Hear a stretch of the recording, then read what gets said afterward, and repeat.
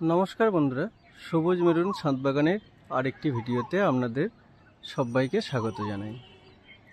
বন্ধুরা, এই যে গাছগুলি দেখতে পাচ্ছেন, পাশাপাশি তিনটি গাছ আছে। এই তিনটি হচ্ছে বেদানা বা আনারের গাছ, GM2, রোজা ভায়া আর রিমন। এই তিনটে ভ্যারাইটি এখানে আছে। এর আগেও আপনাদেরকে দেখিয়েছি, এই গাছে কিন্তু ফ্রুটিং হয়েছিল। বেদানা মানে আমরা আগে ছোটোবেলায় দেখতাম খুব শক্ত দানাযুক্ত একটা ফল, এবং সেটা দাঁত দিয়ে, দেশীয় যে বেদানাগুলো ছিল সেগুলো কিন্তু দাঁত দিয়ে ভাঙা যেত না, এরকম শক্ত। বেদানা খাওয়ার যে মজাটা বা একটা জুসি ডেলিশিয়াস একটা ফ্রুট, সুন্দর ফ্রুট, সেটা কিন্তু ধারণাটা থাকতো না।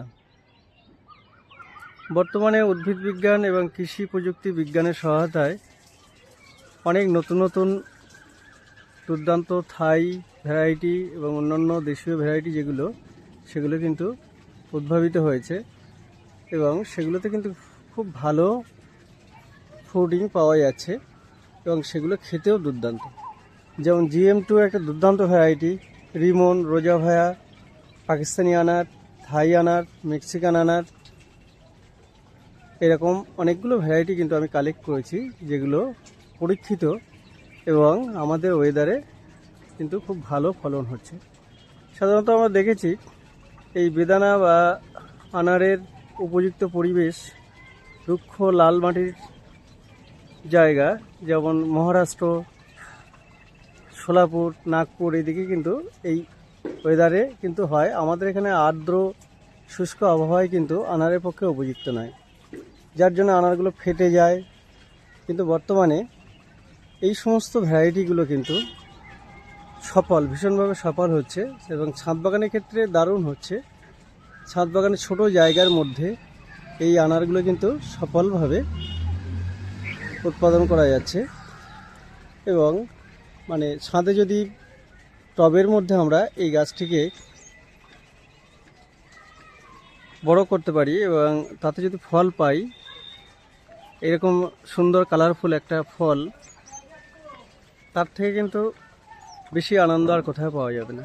দেখুন কি সুন্দর ফ্লাওয়ারিং হয়েছে, এবং শুধু এবার না, 6 মাস 8 মাস মানে গাছের যখন বয়স, তখন থেকেই কিন্তু আমি এই গাছে ফল পেয়েছি, এবং 2-4টে করে ফল আমি নিয়েছি, এবং দেখেছি অসাধারণ, মানে ভিতরের মানে এর দানাগুলো এত ভালো, এবং এক একটা এক রকম কালারফুল ভ্যারাইটি কিন্তু এইগুলো। এই যেমন এই পাশে আছে রোজা ভায়া, দেখুন ফুলগুলো কি সুন্দর কালারফুল, এবং ফুলের যে একটা সৌন্দর্য, সেটাকে মন ভরিয়ে দেবে। শুধু বেদানা গাছ দেখতে পাচ্ছেন, পাশেই দেখুন কীভাবে আমের মুকুল হয়ে আছে। এখানে আপনার গুটিও সেট হয়ে গেছে, যেগুলো হচ্ছে মিয়াজাকি আছে, কাটিমন আছে, আরও অন্যান্য অনেক ভ্যারাইটি আছে।